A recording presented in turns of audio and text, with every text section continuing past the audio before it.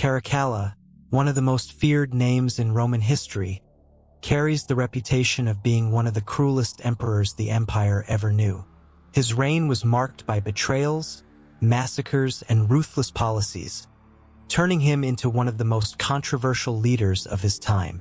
The historical figure of Caracalla, however, is not only mentioned in ancient records. His brutality has inspired modern portrayals, such as in the film Gladiator II, where he is depicted as one of the main antagonists. The connection between the real Caracalla and his cinematic version piques the curiosity of many. In this video, we will explore the true story of Caracalla, examining his life from childhood to his most bloody acts and the dark legacy he left for the Roman Empire. Caracalla was born on April 4, 188 AD, in the city of Lugdunum, present-day Lyon, in Gaul. He was the firstborn of the future emperor Septimius Severus and Julia Domna, a highly educated and influential woman of Syrian origin. His birth name was Marcus Aurelius Antoninus, a tribute to one of Rome's greatest emperors, Marcus Aurelius, something his father wanted to legitimize his own dynasty and link it to the prestige of the Antonines. The nickname Caracalla, by which he would be eternally marked in history, came from a type of Gallic cloak he adopted, popularizing the style among the troops and the empire. Caracalla's family background was deeply shaped by his father Septimius Severus' political ambitions, who founded the Severan dynasty, one of the most powerful and, at the same time, tumultuous in Roman history. Septimius Severus, after a period of civil war, managed to consolidate his power, rising to the imperial throne in 193 AD. He quickly began shaping the future of his two sons, Caracalla and his younger brother, Geta, preparing them to rule the empire together after his death. Severus was a strict leader, focused on strengthening the military and central power, and these characteristics were passed down to Caracalla from an early age.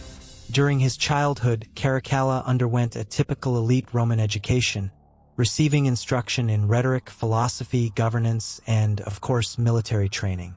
However, unlike what his father might have expected, he developed a fiery, violent, and ambitious nature, which would soon manifest.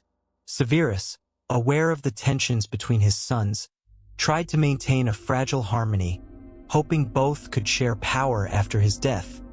But Caracalla always showed a stronger inclination to rule alone. The family environment, though extremely wealthy and powerful, was marked by rivalry. From youth, Caracalla and Geta competed for favors, status, and attention. Severus, conscious of this antagonism, tried to divide them into different responsibilities, but the ill will persisted. Julia Domna, their mother, also played an important role in Caracalla's political and family life, being a cultured and influential woman in the circles of power, acting as a mediator between the brothers. However, not even her wisdom was enough to curb Caracalla's unbridled ambition. His destiny, set by imperial power, began to unfold after his father's death in 211 AD, when Caracalla and Geta were named co-emperors. The relationship between the two brothers was, from the start, marked by rivalry and hatred. Both wanted to rule alone and unsuccessfully attempted to divide the empire into separate spheres of control. But tensions quickly escalated, culminating in one of the most brutal episodes in Roman history, the assassination of his own brother Geta. In an attempt at reconciliation, Caracalla summoned his brother to a meeting in the presence of their mother, Julia Domna. However, this meeting resulted in an ambush. Caracalla ordered his soldiers to murder Geta right there, in front of their mother, in an act of cruelty that shocked the entire empire. Not satisfied with his brother's death, Caracalla unleashed an unrelenting massacre, ordering the execution of over 20,000 of Geta's supporters and partisans, consolidating his power with a reputation of blood and fear. With absolute power in his hands, Caracalla dedicated much of his rule to consolidating his authority and ensuring the support of the Roman legions. He knew his power depended on the army, and to secure their loyalty, he significantly increased soldiers' pay. However, this decision came at a high cost.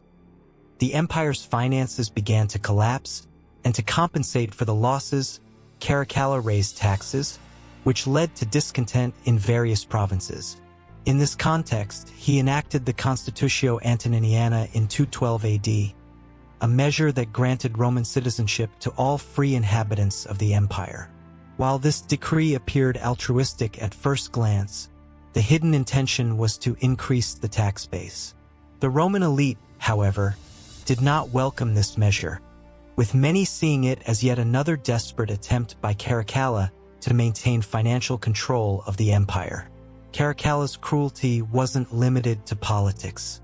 During a visit to the city of Alexandria, he was mocked by the local population, who ridiculed his actions and tyrannical temperament. In response, Caracalla ordered a brutal massacre, killing thousands of innocent civilians as retaliation. This episode, known as the Alexandria Massacre, highlighted the darkest side of the emperor, who did not hesitate to use brute force to silence any criticism or opposition. Despite his explosive temper and ruthless governance, Caracalla is also remembered for his obsession with the military. His military campaigns, especially against the Parthian Empire, were one of the focal points of his rule. He saw war as an opportunity to expand Rome's borders and increase his personal glory.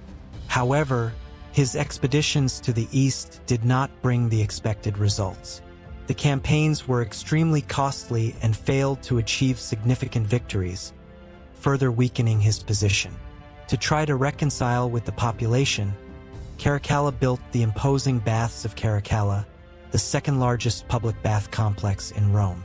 The site remained in use until around 530 AD, when it was abandoned. This was an attempt to leave a positive legacy amid a reign marked by bloodshed and oppression. And even today, it is one of the largest and most impressive ruins of ancient Rome. Caracalla's end came as violently as his reign. In 217 AD, while on a campaign in the east, he was assassinated by one of his own bodyguards, Martialis, who was supposedly acting on behalf of Macrinus, his successor.